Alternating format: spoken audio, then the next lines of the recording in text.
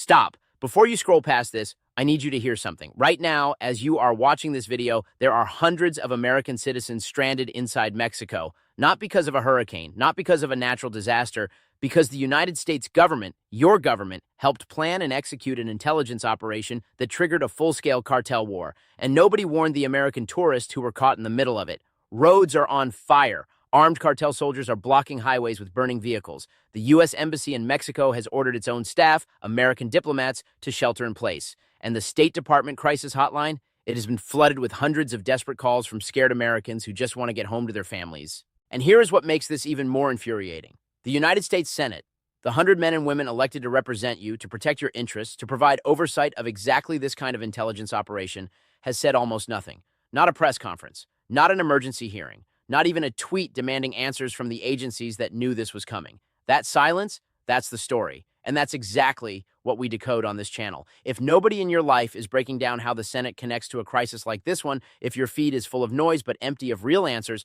that is precisely why Senate Decoded exists. Hit subscribe right now. Turn on your notifications, because we do not let the Senate's silence go unnoticed. We are a community of people who refuse to be uninformed. Join us. Let's get into it. To understand why this is a Senate issue and not just a travel advisory story, you first need to understand exactly what happened on the ground in Mexico over the past 72 hours. On February 22, 2026, the Mexican military executed a major operation in the state of Jalisco. Their target was Nemesio Oseguera Cervantes, known to the world as El Mencho, the leader of the Jalisco New Generation Cartel, or CJNG. For years, El Mencho has been considered by the DEA and multiple international law enforcement agencies as the most dangerous, most powerful drug trafficker on the planet. Not in Mexico, on the planet. The CJNG under El Mencho was not your grandfather's cartel. This was a militarized criminal enterprise with drones, armored vehicles, rocket launchers, and a corruption network that had infiltrated law enforcement, local governments, and business sectors across multiple Mexican states. The U.S. government had a $5 million bounty on his head. The DEA had been hunting him for over a decade, and on that Saturday night, Mexican forces found him inside his home. There was a shootout, and when it was over, El Mencho was dead. Now here is the part that connects directly to Washington, directly to your Senate, and directly to why we are here today. The operation was not carried out by Mexico alone. It was executed by Mexican forces, but with U.S. intelligence support. That means American intelligence agencies were involved. The CIA, the DEA, possibly others. They had knowledge of this operation. They helped make it happen. And within hours of El Mencho's death being confirmed, Mexico erupted. The Mexican Security Secretary Omar Garcia Harfuch confirmed the scope of what happened in the immediate aftermath. 25 Mexican National Guard troops were killed in 6 separate attacks in Jalisco alone. 25 soldiers killed in retaliation in one state in one day. Beyond the military deaths, 30 criminal suspects killed in Jalisco, 4 more in Michoacan, a prison guard, a state prosecutor's agent, a woman whose identity has not been publicly released. These were people with no connection to the cartel, to the operation, or to the geopolitical decisions being made thousands of miles away in Washington. And then there were the roads. Cartel fighters set vehicles on fire and used them to blockade major highways across multiple Mexican states. Not back roads, not rural detours, major arteries, the kind of roads that connect resorts to airports, the kind of roads that American tourists use to get to their flights home.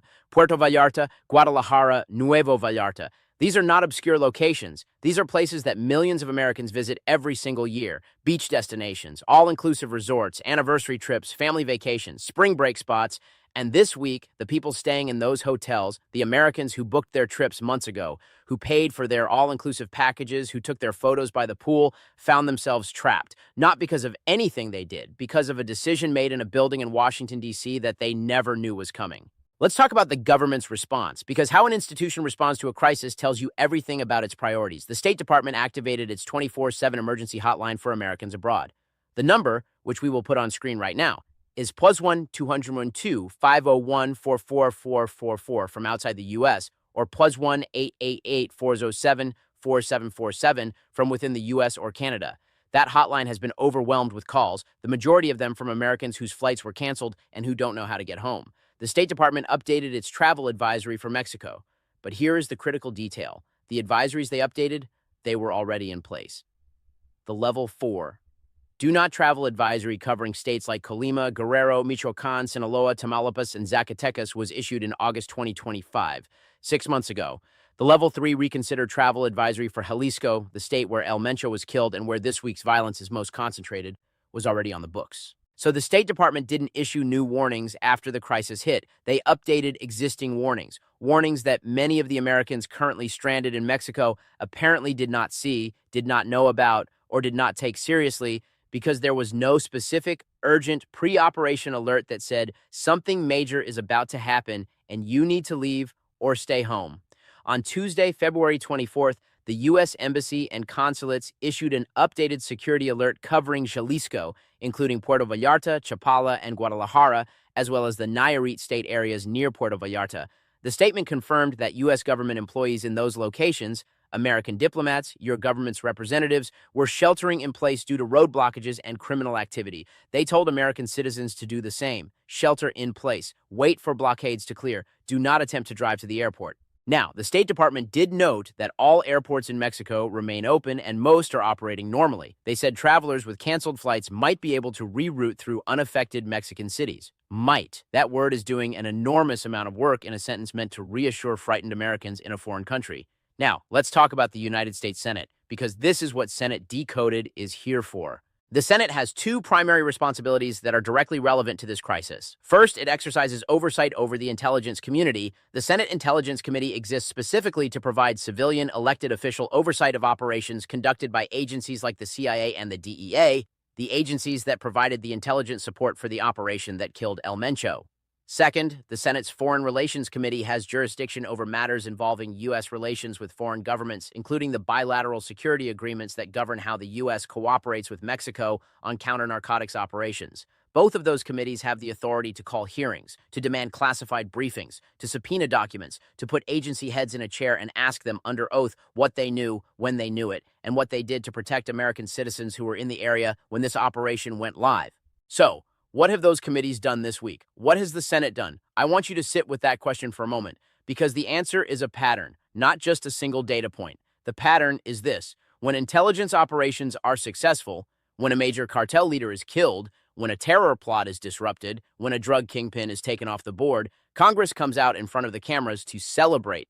The press conferences happen within hours. The statements are drafted before the operation is even confirmed. The credit is claimed swiftly and loudly, but when those same operations create consequences that affect ordinary American citizens, when tourists are stranded, when hotlines are overwhelmed, when the State Department's own employees are hiding in their offices, the Senate goes quiet. The hearings don't happen immediately. The accountability comes slowly, if at all. That asymmetry, credit without accountability, is one of the most corrosive patterns in how Congress operates. And it's exactly the kind of pattern that Senate Decoded exists to name, to track, and to explain. Let me break down specifically what proper Senate oversight of this situation should look like. Because I think a lot of people don't fully understand how the system is supposed to work. And when you understand how it's supposed to work, the failures become much clearer. Under the National Security Act and its subsequent amendments, the CIA and other intelligence agencies are required to keep the Congressional Intelligence Committees, the Senate Intelligence Committee and the House Intelligence Committee, fully and currently informed of all significant intelligence activities. That includes covert operations and significant intelligence sharing arrangements with foreign governments. That means the Senate Intelligence Committee, or at minimum its leadership, known as the Gang of Eight, should have been briefed on the operation against El Mencho before or very shortly after it was executed. They should know what U.S. agencies were involved. They should know what intelligence was shared with Mexican forces. They should know what the anticipated post-operation security environment was expected to look like. And here's what should happen after that briefing. In a properly functioning oversight system, the committee should ask whether the State Department's Bureau of Consular Affairs was notified in advance so that appropriate warnings could be issued to American citizens in the affected area. They should ask whether the intelligence assessment included any analysis of cartel retaliation risk. They should ask what protocols exist for coordinating with consular affairs whenever an intelligence operation is expected to produce significant civil unrest in an area with a large American civilian presence. Those are not extraordinary questions. Those are not partisan questions. Those are the basic, fundamental questions of whether the government is doing its job of protecting its citizens, not just its strategic interests. And right now, those questions are not being asked loudly enough. They are not being demanded loudly enough. They are not being tracked loudly enough by the people whose job it is to ask them. until this community and communities like it make enough noise that they have to be. Here's the uncomfortable historical truth that makes this week's situation even more frustrating. This is not the first time this has happened, not even close. The strategy of targeting and killing cartel leadership, what law enforcement calls decapitation strategy, has been U.S. policy in various forms for decades, and it has a track record that is, at minimum, deeply mixed. When Colombian authorities, with U.S. support, killed Pablo Escobar in 1993, the Medellin cartel fractured, but the Cali cartel rose up to fill the vacuum, and cocaine continued flowing into the United States at roughly the same levels. The drug war didn't end, it reorganized. When Joaquin El Chapo Guzman was finally arrested and extradited to the United States, the Sinaloa cartel, the organization he had built into a global empire, did not dissolve. It splintered into competing factions that are still fighting each other today. And in the power vacuum that followed, organizations like the CJNG, El Mencho's cartel, grew stronger, not weaker.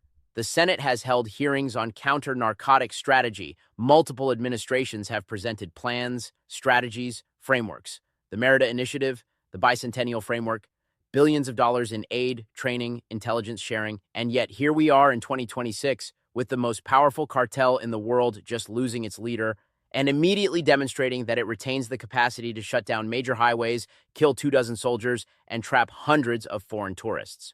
The question is not whether killing El Mencho was the right call in isolation. The question is whether the United States has a coherent, long-term strategy for what comes after, and whether Congress is exercising the kind of serious, sustained oversight needed to evaluate that strategy honestly, rather than just celebrating the tactical wins and ignoring the strategic drift. Let me give you two sets of information. First, what to do if you or someone you know is in Mexico right now.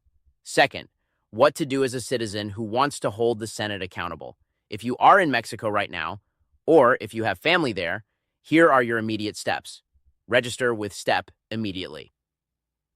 The Smart Traveler Enrollment Program at step.state.gov is a free State Department service that lets the nearest embassy or consulate contact you or your emergency contact in a crisis. If you're abroad right now and haven't done this, it takes 5 minutes and could make an enormous difference. Follow the U.S. Department of State security updates for U.S. citizens' WhatsApp channel. Real-time government-sourced updates. Oh, ashtray, wine.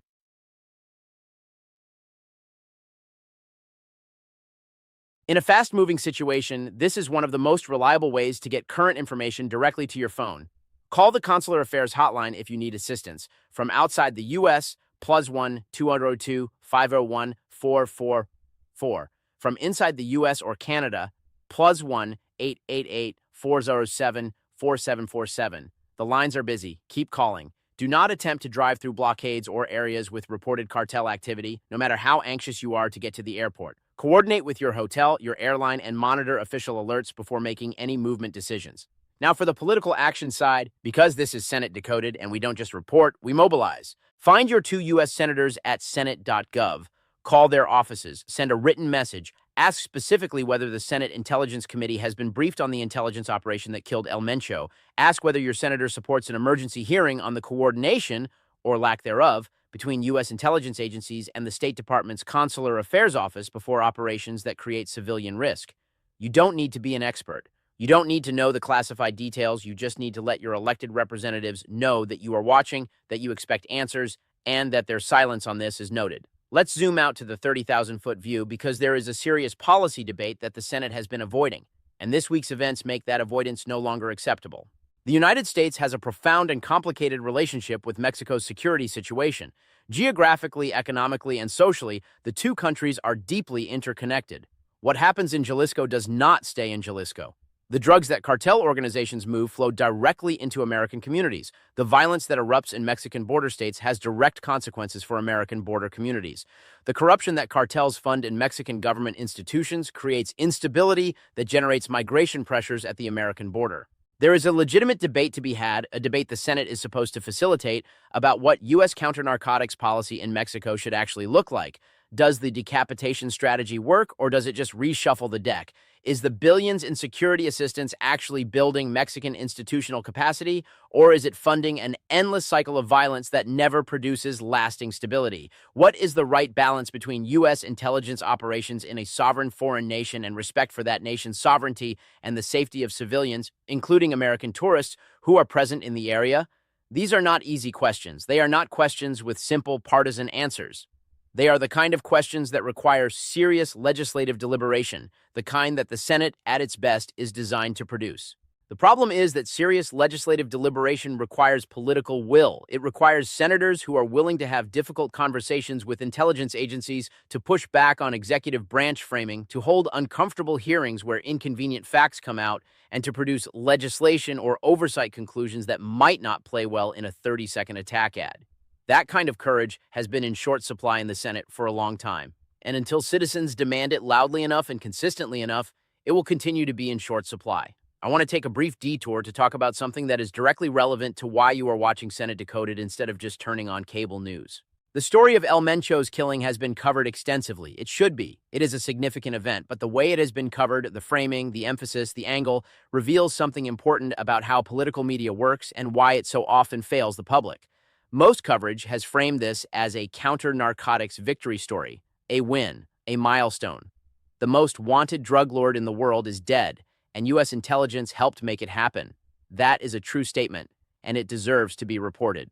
But the Americans stranded in hotel rooms in Puerto Vallarta, the hundreds of people flooding a State Department hotline, the U.S. diplomats sheltering in place, the question of whether the Senate's oversight committees knew this was coming and what they did with that knowledge, those elements have received a fraction of the coverage. They complicate the victory narrative. They raise uncomfortable questions. They require context and follow-through that the 24-hour news cycle is not structured to provide.